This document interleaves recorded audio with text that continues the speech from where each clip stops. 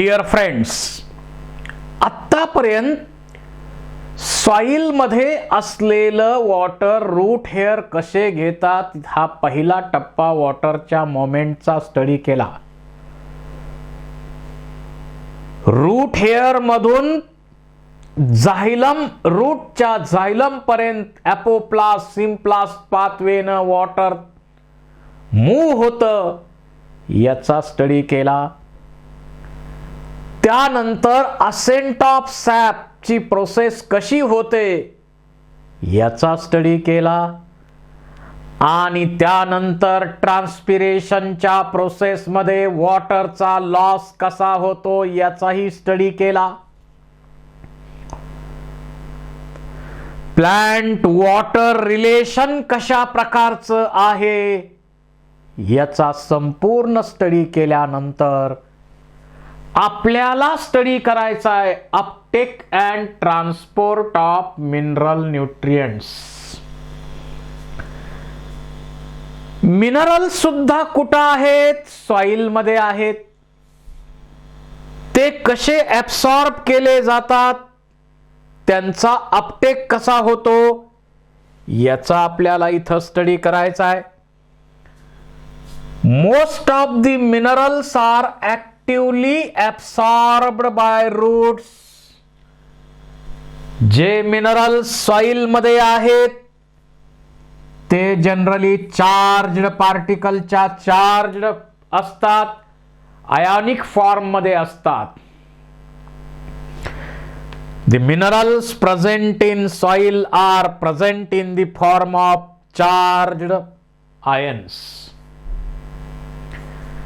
and generally or mostly they are absorbed by active process in root because mineral occurs in soil as a charged particles or ions which cannot move across the cell membrane. हे charged particles आहेत, त्यामुळं sale membrane मधून ते जाऊ शकत नाहीत. त्यांना कुठले तरी कॅरियर प्रोटीन लागणार सेल मेम्ब्रेन मधून जाण्यासाठी. Concentration of soil mineral is lower than that of root. Root मध्ये तसा मिनरलचा साठा भरपूर आहे.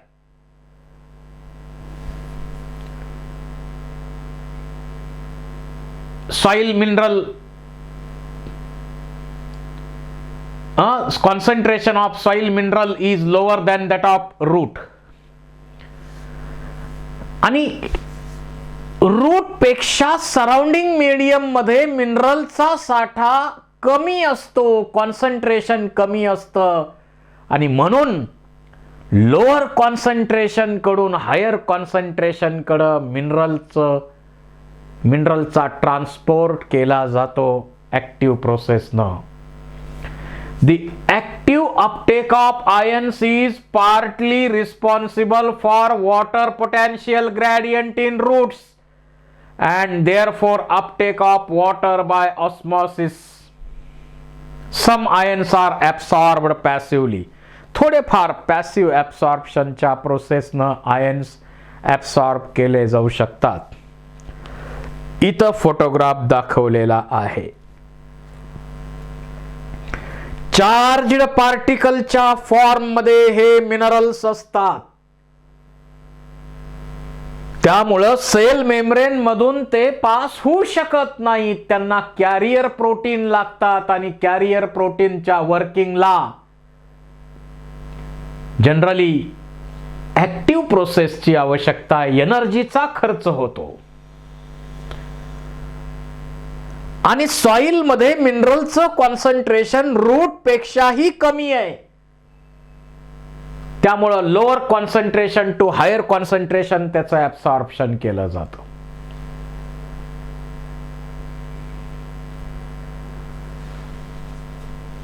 Uptake of mineral ions.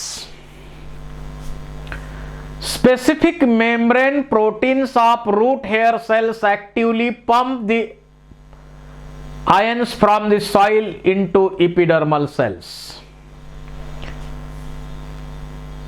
Particular असे त्या ठिकाणी रूट मध्ये प्रोटीन्स असतात, मेम्ब्रेन प्रोटीन्स असतात आणि त्यांच्या मदतीनं हे मिनरल्स आत पंप केले जातात. The endodermal cell membrane also has transport proteins. They allow solute cross the membrane but not others. These proteins are controlled points where the plant can adjust the quantity and type of solutes reach the xylem. एंडोडर्मिसचा विचार केला तर endodermis मधून हे element जाताना, आता पहिलं तर टप्पा काय, सॉइल मधून हे मिनरल आयन्स रूट हेअर मार्फत ऍक्टिव्ह प्रोसेसनं कॅरियर प्रोटीनच्या मदतीनं ऍब्सॉर्ब करणे. ऍब्सॉर्ब केलेले रूट हेअर मध्ये ऍब्सॉर्ब केलेले हे मिनरल एलिमेंट्स आता मेन झायलम सिलेंडर कडे पाठवायला पाहिजेत हे सुद्धा, आणि हे सुद्धा वॉटर ज्याप्रमाणे ॲपोप्लास्ट आणि सिम्प्लास्ट पाथवेनं पाठवलं जातं त्याप्रमाणेच हे मिनरल सुद्धा ॲपोप्लास्ट सिम्प्लास्ट पाथवेनं पाठवले जातात. त्यामध्ये आपल्याला माहिती आहे की एंडोडर्मिस मध्ये कॅस्पॅरियन स्ट्रीप असतात, सुबेरिनचं डिपॉझिशन झालेलं असतं, त्यामुळं वॉटर टाईट जॅकेट तयार होतं.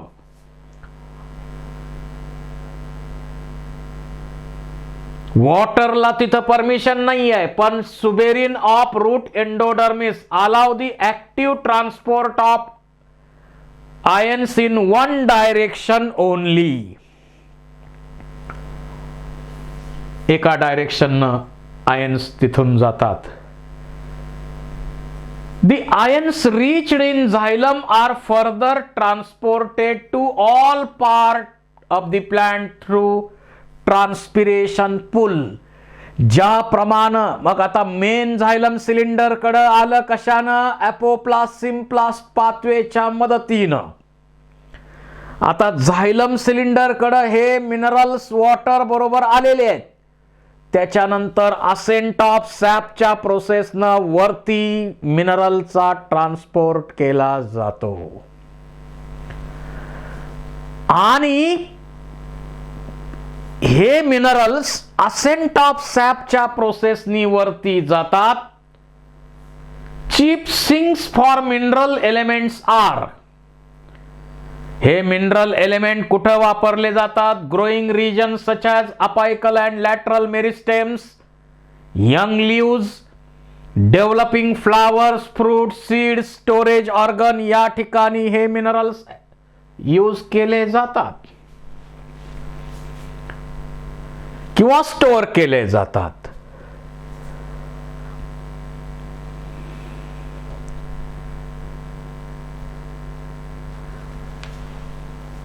Translocation of mineral ions. Unloading of mineral ions occurs at the fine vein ending through diffusion and active uptake by these cells. हे मिनरल आयन्स वेन एंडिंगच्या साह्यानं diffuse होतात आणि ऍक्टिव्ह अपटेक केला जातो त्या ठिकाणी. Mineral ions are also frequently remobilized, particularly in older senescing parts, older dying leaves to younger leaves. म्हणजे यांचा डायरेक्शन कसं आहे बघा या मिनरल आयनच्या ट्रान्सपोर्टचं.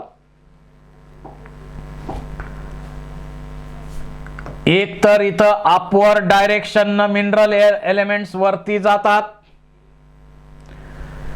त्यानंतर ओल्डर लीफ कडनं यंगर लीव्स कडं याचा ट्रान्सपोर्ट केला जातो. Radial translocation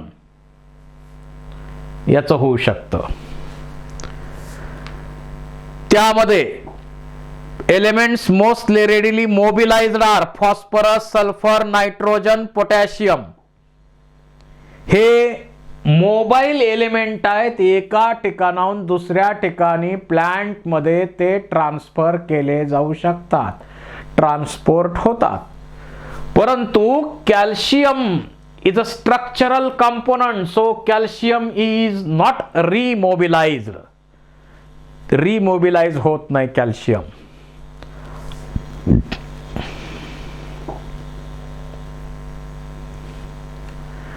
Nitrogen is mainly carried in organic forms such as amino acids and related compounds.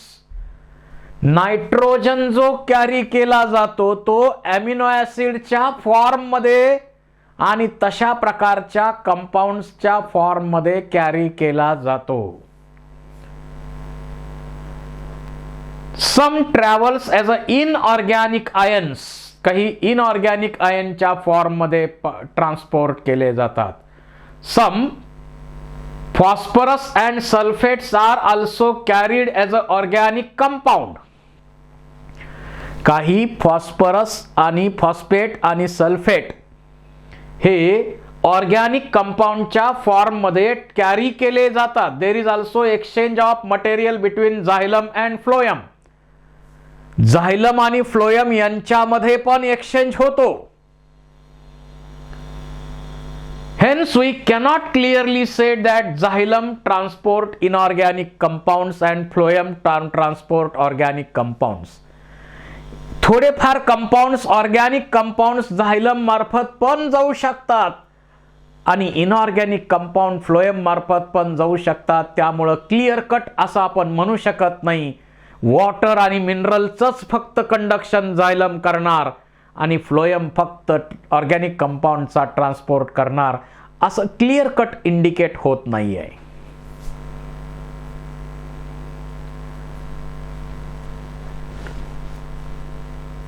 Next article is phloem transport.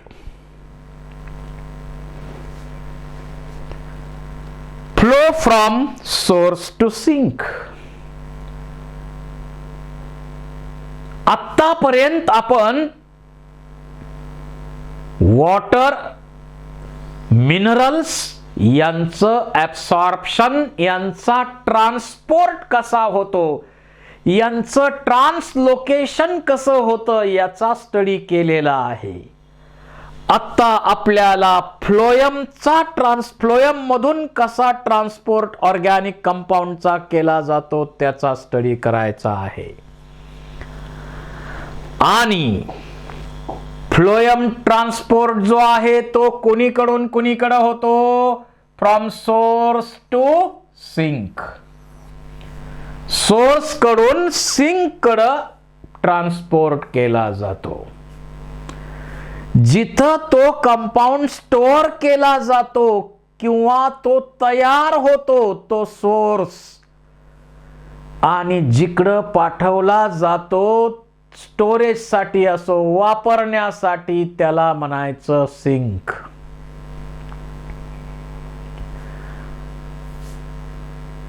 आणि जर आपण पाहिलं, it is a long distance moment of organic substances like food असेल, primary sucrose असेल, from source to sink. तयार करणारा region म्हणजे source आणि स्टोरेज करणारा रिजन म्हणजे सिंक. आणि पाठवणारा, ट्रान्सपोर्ट करणारा कोण आहे, phloem.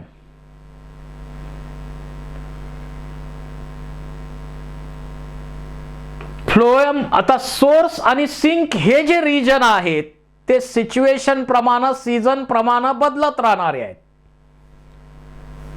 For example, early spring मध्ये sugar stored in root is moved towards tree buds. Root मध्ये स्टोअर केलेली शुगर ही स्प्रिंग सीझन मध्ये वरच्या दिशेनं बर्ड्स कडे जाते, म्हणजे अपवर्ड डायरेक्शन झाली. त्यानंतर लीप मध्ये तयार केलेलं फूड फोटोसिंथेसिसच्या प्रोसेस मध्ये ते डाऊनवर्ड डिरेक्शन पण स्टोरेज ऑर्गन, समजा रूट असेल तर तिकडे जाणार डाऊनवर्ड. आणि त्याचबरोबर ओल्डर लिव्ज मध्ये स्टोअर केलेलं फूड यंगर बर्डकडे ट्रान्सफर करण्याचं काम लॅटरल किंवा रॅडियल ट्रान्सलोकेशन सुद्धा केलं जातं. जर्मिनेटिंग सीड असेल तर तिथं सोर्स कोण आहे? सीड हा सोर्स आहे, वरचे तयार होणारं सीडलिंग हा सिंक आहे.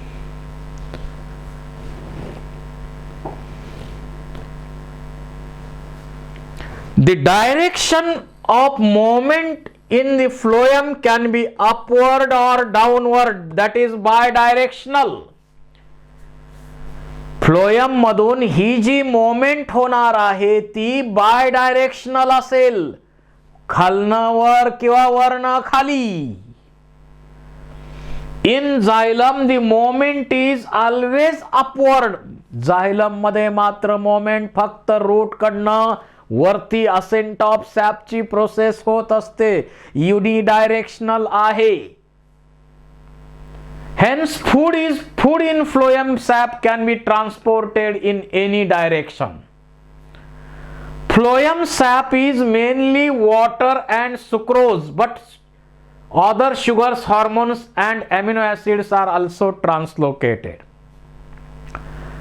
या फ्लोएम मार्फत मोठ्या प्रमाणावर 90% शुगरच्या फॉर्म मध्ये कार्बोहायड्रेट्स जे आहेत ते सिंपल म्हणजे सुक्रोजच्या फॉर्म मध्ये ट्रान्सपोर्ट करण्याचं काम फ्लोएम करतो.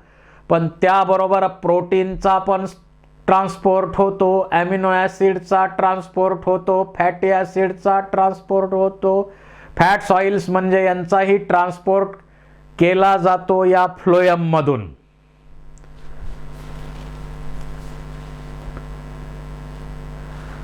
आता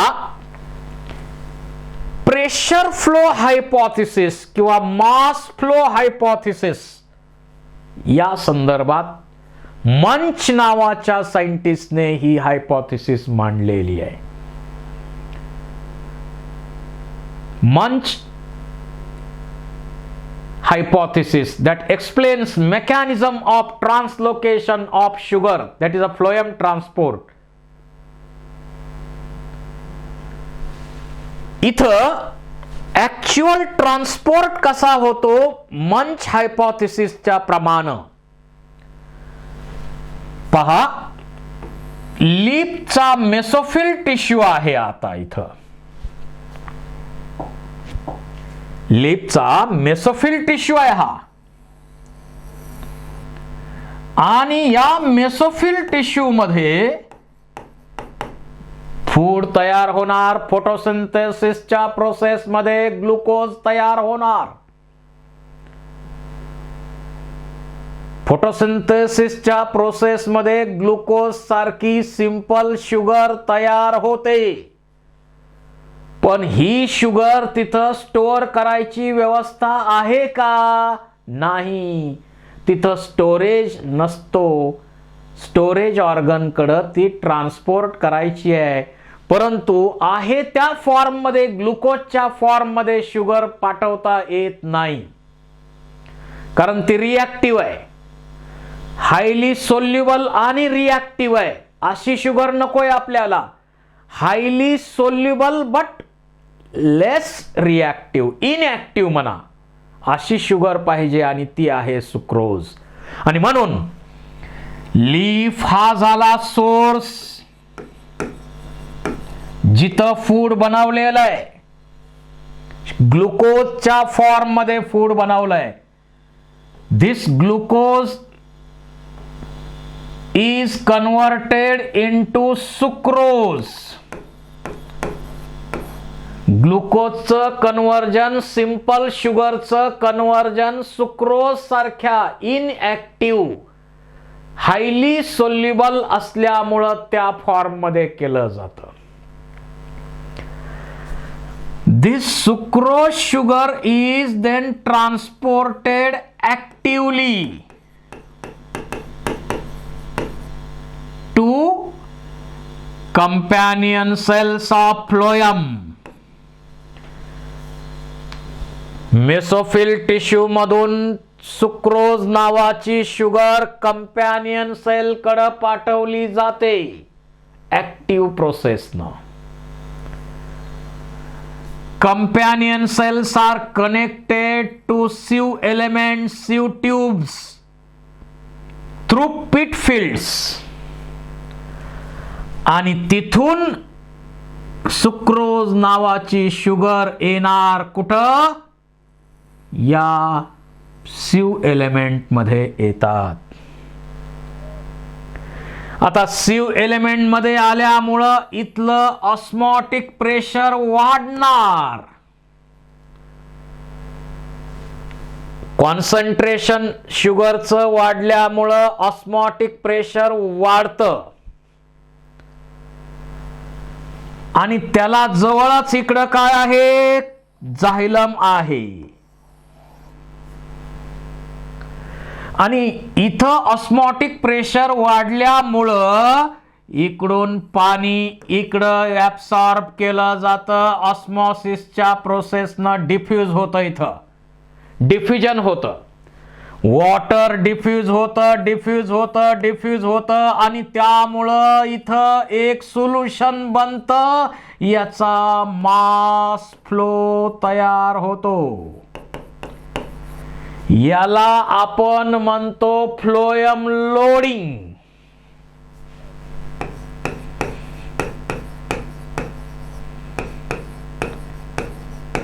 फ्लोएम लोडिंग.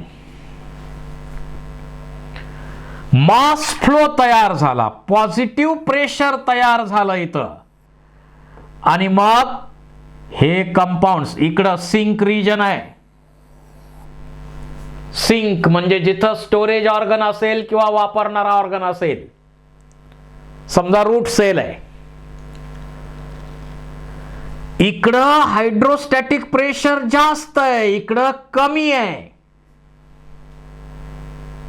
मास फ्लो होणार. मग या सिव एलिमेंट मधून याचा मास फ्लो होणार.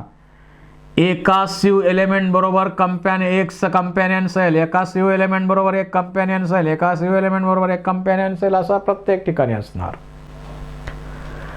आणि इथून हा सुक्रोजच्या फॉर्म मध्ये ही शुगर इकडं आणलेली आहे. आता इथं आणल्यानंतर सिंक रिजनला आणली, मास फ्लो झाला. इथं आता होणार phloem unloading. Unloading of phloem. वरती जी प्रोसेस झाली ती संपूर्ण रिव्हर्स प्रोसेस या ठिकाणी होणार. याच्यामधून वॉटर पुन्हा झायलमला दिलं जाईल. ही शुगर इकडं ट्रान्सपोर्ट कोणाला केली जाईल? पुन्हा कंपॅनियन सेलला दिली जाईल. कंपॅनियन सेल कडनं रूट कडं रूटच्या ज्या सेल आहेत तिकडं शुगर दिली जाईल आणि तिचं कन्व्हर्जन नंतर ग्लुकोज आणि स्टोरेज फॉर्म म्हटलं तर त्याचं कन्व्हर्जन स्टार्च मध्ये केलं जाईल. या प्रोसेसला आपण म्हणतो फ्लोएम अनलोडिंग. अशा प्रकारे सोर्स पासून सिंक पर्यंत मोमेंट होते. Mass flow, pressure flow hypothesis यालाच आपण म्हणतो. काय झालं परत एकदा पहा. फोटोसिंथेसिसच्या प्रोसेस मध्ये फूड तयार झालं. ग्लुकोज नावाच्या फॉर्म मध्ये फोटोसिंथेसिस मध्ये शुगर तयार झाली. पण ग्लुकोज ही ऍक्टिव्ह शुगर असल्यामुळं ग्लुकोजच्या फॉर्म मध्ये ट्रान्सपोर्ट होत नाही. सुक्रोजच्या फॉर्म मध्ये शुगर ट्रान्सपोर्ट होते कारण ती हायली सोल्युबल आहे पण इनऍक्टिव्ह शुगर आहे. म्हणून ग्लुकोज या सिंपल शुगर पासून सुक्रोज बनवली जाईल आणि ऍक्टिव्ह प्रोसेसनं सुक्रोज शुगर कंपॅनियन सेलला दिली. कंपॅनियन सेल कडनं सिव एलिमेंटला दिली आणि इथं ऑस्मॉटिक प्रेशर वाढलं. इथं प्रेशर जास्त आहे, इकडं वॉटर जास्त आहे, त्यामुळं वॉटर इकडून इकडं आणलं आणि याच्यामुळं इथं पॉझिटिव्ह प्रेशर तयार झालं, मास फ्लो झाला तयार.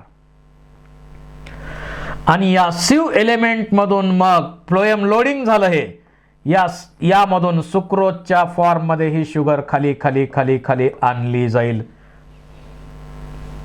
पॉझिटिव्ह प्रेशर कडनं निगेटिव्ह प्रेशर कडं. आणि इथं आल्यानंतर पुन्हा फ्लोएमचं अनलोडिंग होईल. वॉटर दिलं जाईल जायलमला, शुगर दिली जाईल कंपॅनियन सेलला, कंपॅनियन सेल कडनं दिली जाईल सिंक म्हणजे रूट सेल्सना, आणि तिथं पुन्हा ग्लुकोज किंवा स्टोरेज फॉर्म जर असेल तर तो स्टार्च या फॉर्म मध्ये ही शुगर कन्वर्ट केली जाईल. अशा प्रकारे फ्लोएम लोडिंग आणि अनलोडिंगची प्रोसेस होते. फ्लोएम लोडिंग आणि अनलोडिंगची प्रोसेस होते. बघूया. Sucrose is moved into companion cells and then into living phloem sieve tubes by active transport. Active transport question यावर विचारला जाऊ शकतो. पुन्हा क्वेश्चन यावर असाही विचारला जातो की ही शुगर फ्लोएम मधून सुक्रोजच्या फॉर्म मध्येच का ट्रान्सपोर्ट करायची, कारण ती हायली सोल्युबल आहे पण इनएक्टिव्ह आहे. मोमेंट कशी आहे, बाय डायरेक्शनल आहे. झायलमची मोमेंट युनिडायरेक्शनल आहे. बर, sieve tube by active transport त्याला आपण फ्लोएम लोडिंग म्हणतो. It produces hypertonic condition in phloem. त्यामुळे वॉटर पोटेन्शियल कमी होतं तिथलं. त्यानंतर sieve tube cells form long column with holes in sieve plates. The cytoplasmic strand pass through these holes and forming continuous filament. Water in adjacent xylem cell moves in the phloem by osmosis. Osmosis च्या process ना त्या ठिकाणी water इकडून इकडं दिलं जाईल. As osmotic pressure, hydrostatic pressure builds up, the phloem sap moves towards area of low osmotic pressure. High osmotic pressure कडनं low osmotic pressure कडं मोमेंट होणार.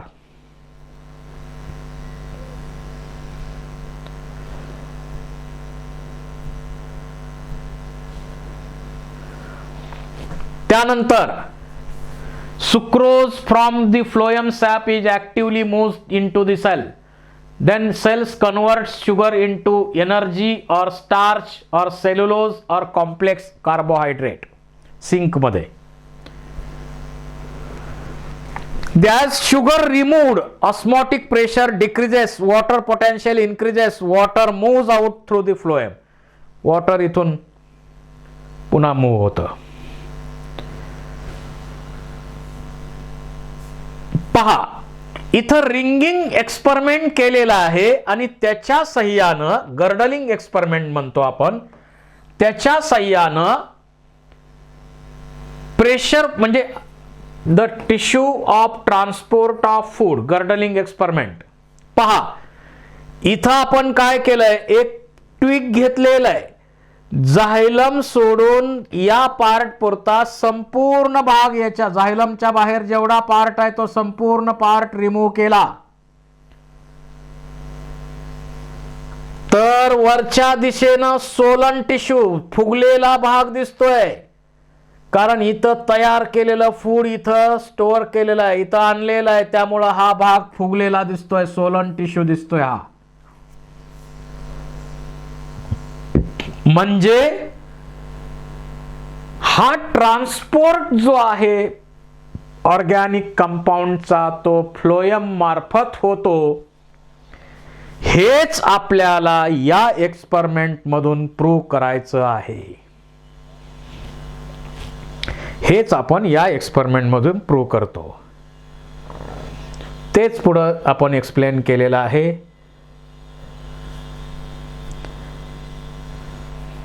दिस is about transport in plants. Thank you very much.